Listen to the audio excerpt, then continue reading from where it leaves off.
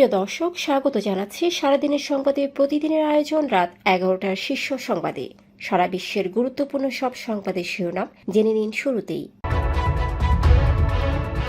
পদে পদে বাধা এলেও ফেব্রুয়ারিতে নির্বাচন বললেন প্রধান উপদেষ্টা। ইতালিতে রাজনৈতিক আশ্রয় চায় 40,000 বাংলাদেশি। নির্বাচনে অংশ নিতে পারবে না আওয়ামী লীগ, জানালেন ইসি সানাউল্লাহ। ভেনেজুয়েলা থেকে আসা মাদকবাহী নৌকায় যুক্তরাষ্ট্রের হামলায় 11 জন নিহত, জানালেন ট্রাম্প। বেইজিং কুচকাওয়াজে এক মঞ্চে পুতিন, কিম, জিনপিং ও ইরানের প্রেসিডেন্ট। অন্যদিকে ট্রাম্প বললেন যুক্তরাষ্ট্র বিরোধী ষড়যন্ত্রে শি জিনপিংয়ের সঙ্গে পুতিন ও কিম। পাসপোর্ট ছাড়াও বাংলাদেশিদের থাকা নিয়ে ভারতের নতুন নিয়ম। সাবেক মার্কিন রাষ্ট্রদূত পিটার হাস কক্সবাজারে। অন্যদিকে বাংলাদেশের জন্য রাষ্ট্রদূত মনোনীত করলেন ট্রাম্প। বাণিজ্য সংক্রান্ত 40 লাখ মামলা অমীমাংসিত। ডাকসু নির্বাচনে আইনগত বাধা নেই, 9 সেপ্টেম্বর ভোট, নির্বাচন স্থগিত চেয়ে ফের হাইকোর্টে রিট। প্রেসিডেন্টের চীন সফরের পরে ইন্দোনেশিয়ায় ঝাড়ু হাতে শত শত নারীর রাস্তায় বিক্ষোভ। শুনছিলেন সংবাদ শিরোনাম, এবারে বিস্তারিত। ফ্যাশন ব্র্যান্ড মানে আর্ট। প্রধান উপদেষ্টা অধ্যাপক মোহাম্মদ ইউনূস আগামী ফেব্রুয়ারির প্রথমার্ধে জাতীয় নির্বাচন অনুষ্ঠানের লক্ষ্য তুলে ধরে বলেছেন, নির্বাচন ঠেকাতে নানা ধরনের বাধা আসতে পারে। যারা অন্তর্বর্তীকালীন সরকারকে নির্বাচন পর্যন্ত পৌঁছাতে দিতে চায় না, তারা সর্বোচ্চ চেষ্টা করবে নির্বাচন বানচাল করতে। কিছু লক্ষণ ইতোমধ্যে দেখা যাচ্ছে বলেও তিনি উল্লেখ করেন। মঙ্গলবার বিকেলে রাষ্ট্রীয় অতিথি ভবন যমুনায় 7টি রাজনৈতিক দল ও হেফাজতে ইসলামী নেতাদের সঙ্গে বৈঠকে এসব কথা বলেন তিনি।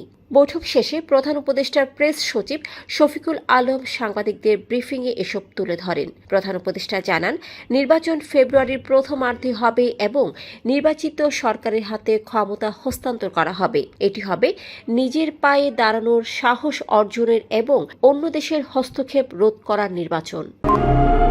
ইতালিতে 40,000 বাংলাদেশি রাজনৈতিক আশ্রয় চাইলেও দেশটির সরকার এর মধ্যে 98% আবেদন বাতিল করেছে। অবৈধ অভিবাসন রোধে বাংলাদেশ সরকারের সহযোগিতাও চেয়েছে ইতালি। মঙ্গলবার স্বরাষ্ট্র মন্ত্রণালয়ে ইতালির রাষ্ট্রদূত অ্যান্তোনিও অ্যালেসান্দ্রোর সঙ্গে বৈঠকে এসব তথ্য উঠে আসে। বৈঠকে বৈধ অভিবাসন, মানব পাচার প্রতিরোধ ও অভিবাসন সংক্রান্ত আইন প্রণয়ন নিয়ে আলোচনা হয়। সূত্র জানায়, ইতালিতে বর্তমানে প্রায় 2 লাখ বাংলাদেশি বৈধভাবে এবং প্রায় 70,000 অবৈধভাবে বসবাস করছেন। ভুয়া কাগজপত্র বা ভুল তথ্য ব্যবহার করায় সম্প্রতি 30,000 বাংলাদেশির কাজের অনুমতি বাতিল করেছে ইতালি। নির্বাচন কমিশনার ব্রিগেডিয়ার জেনারেল অবসরপ্রাপ্ত আবুল ফজর মোহাম্মদ সানাউল্লাহ বলেছেন, কোন দলের কার্যক্রম স্থগিত থাকলে তাদের প্রতীকও স্থগিত থাকবে এবং তারা দলীয়ভাবে নির্বাচনে অংশ নিতে পারবে না। তবে প্রতীক ছাড়া স্বতন্ত্রভাবে দাঁড়াতে পারবে কিনা তা সময়ে বলবে।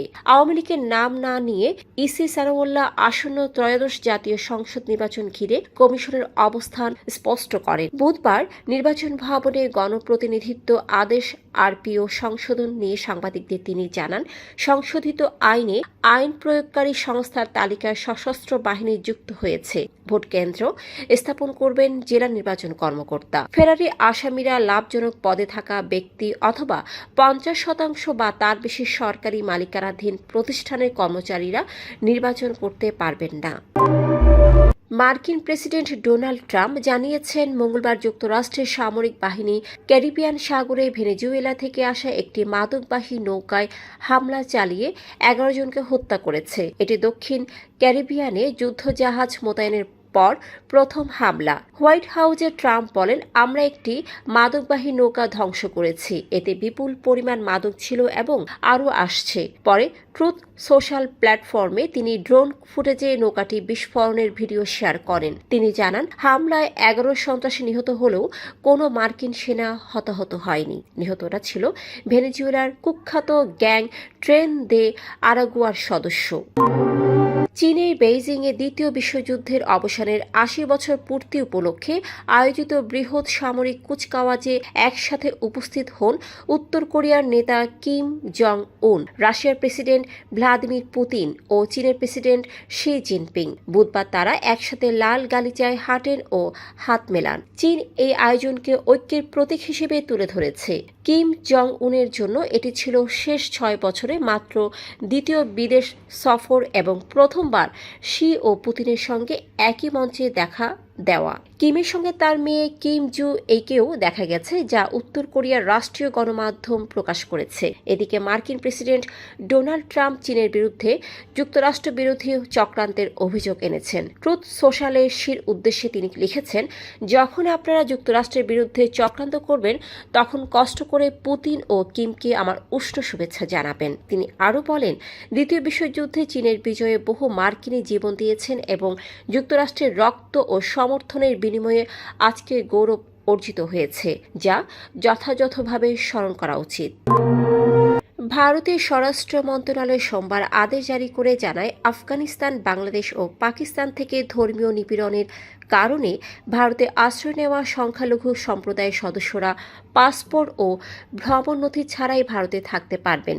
হিন্দু, শিখ, বৌদ্ধ, জৈন, পার্সি ও খ্রিস্টান সম্প্রদায়ের এসব ব্যক্তি যদি 31 ডিসেম্বর 2024-এর আগে ভারতে প্রবেশ করে থাকেন তবে তারা বৈধ নথি ছাড়াও বৈধভাবে অবস্থান করতে পারবেন।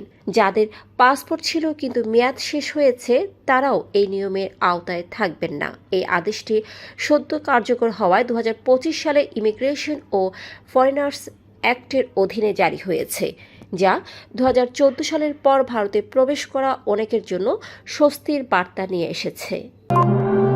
সাবেক মার্কিন রাষ্ট্রদূত পিটার ডি হাস বুধবার সকাল 9:30টায় ইউএস বাংলা এয়ারলাইন্সে কক্সবাজার পৌঁছান। সঙ্গে ছিলেন KM আতিকুল ইসলাম ও মোহাম্মদ হাবিবুর রহমান ভূঁইয়া, যাদের প্রাতিষ্ঠানিক পরিচয় জানা যায়নি। তারা স্পিডবোটে কক্সবাজার থেকে মহেশখালী যান এবং কুতুবজম ইউনিয়নে হোপ ফাউন্ডেশন ও এক্সিলারেট এনার্জির যৌথ উদ্যোগে নির্মিত এক্সিলারেট হোপ হসপিটাল পরিদর্শন করেন। এদিকে বাংলাদেশে যুক্তরাষ্ট্রের নতুন রাষ্ট্রদূত হিসেবে ব্র্যান্ট ক্রিস্টেনসেনকে মনোনয়ন দিয়েছেন president Donald Trump. White house জানায়, মনোনয়ন অনুমোদনের জন্য বিষয়টি সিনেটে পাঠানো হয়েছে। সিনেট অনুমোদন দিলে তার নিয়োগ চূড়ান্ত হবে। দেশে বর্তমানে বাণিজ্যিক বিরোধ সংক্রান্ত প্রায় 40 লাখ মামলা বিচারাধীন, যা বিনিয়োগ ও ব্যবসার গতি ব্যাহত করছে।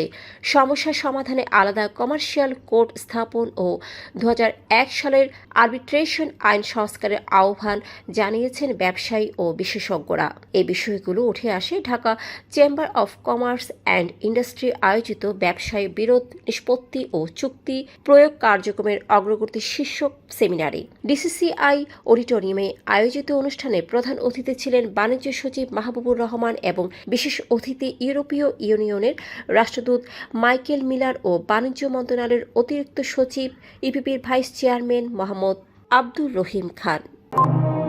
ডাকসু নির্বাচন স্থগিতের হাইকোর্টের আদেশ স্থগিত করে চেম্বার আদালতের দেওয়া আদেশ বহাল রেখেছেন আপিল বিভাগ। প্রধান বিচারপতি সৈয়দ রেফাত আহমেদের নেতৃত্বে 7 সদস্যের আপিল বিভাগ বুধবার এ আদেশ দেন। চেম্বার আদালতের স্থগিতাদেশ 30 অক্টোবর পর্যন্ত কার্যকর থাকবে। এতে 9 সেপ্টেম্বর ডাকসু নির্বাচনে আর কোনো আইনি বাধা নেই বলে জানিয়েছেন ঢাকা বিশ্ববিদ্যালয়ের আইনজীবী মোহাম্মদ শিশির মনির। এর আগে হাইকোর্ট এক রিটের প্রাথমিক শুনানি শেষে ডাকসুর নির্বাচন প্রক্রিয়া ও চূড়ান্ত ভোটার তালিকা স্থগিত করেছিল, ফলে নির্বাচন অনিশ্চিত হয়ে পড়ে। এদিনই আবার ডাকসু নির্বাচন স্থগিত চেয়ে নতুন রিট করেন ভিপি পদপ্রার্থী ও সলিমুল্লাহ মুসলিম হল ছাত্রলীগের সাবেক যুগ্ম সম্পাদক মোহাম্মদ জুলিয়াস সিজার তালুকদার। তিনি চূড়ান্ত প্রার্থী তালিকায় নিজের নাম ও ব্যালট নম্বর পুনর্বহালের নির্দেশনা চেয়ে রিটে নির্বাচন স্থগিতের আবেদন জানান। ইন্দোনেশিয়ার রাজধানী জাকার্তায় বুধবার শত শত নারী গোলাপি পোশাক ও হাতে ঝাড়ু নিয়ে পুলিশি নির্যাতন ও অপচয়ী সরকারি ব্যয়ের বিরুদ্ধে সংসদ ভবনের উদ্দেশ্যে মিছিল করেন। জীবনযাত্রার ব্যয় ও এমপিদের বিলাসবহুল সুযোগ সুবিধা নিয়ে ক্ষোভ থেকে সৃষ্ট এই বিক্ষোভ দ্বিতীয় সপ্তাহে গড়িয়েছে। তরুণ মোটরসাইকেল ট্যাক্সি চালক আফফান কুরিনিয়া 1 পুলিশের গাড়ির নিচে চাপা পড়ে নিহত হওয়ার পর বিক্ষোভ সহিংস হয়। বিক্ষোভ তীব্র হলে প্রেসিডেন্ট প্রাবোয়া সুবিআন্তো জানান তিনি বেইজিং সফর বাতিল করবেন। তবে বুধবার তাকে চীনের প্রেসিডেন্ট শি জিনপিং ও রাশিয়ার প্রেসিডেন্ট পুতিনের পাশে গ্রুপ ছবিতে দেখা যায়। দর্শক, এতক্ষণ আমাদের সাথে থাকার জন্য ধন্যবাদ। প্রতি মুহূর্তে দেশ বিদেশের গুরুত্বপূর্ণ সব সংবাদ জানতে ভিজিট করুন www.সারাদিনেরসংবাদ.com ও চোখ রাখুন সারাদিনের সংবাদের অফিসিয়াল ফেসবুক পেজে। Fashion brand money art.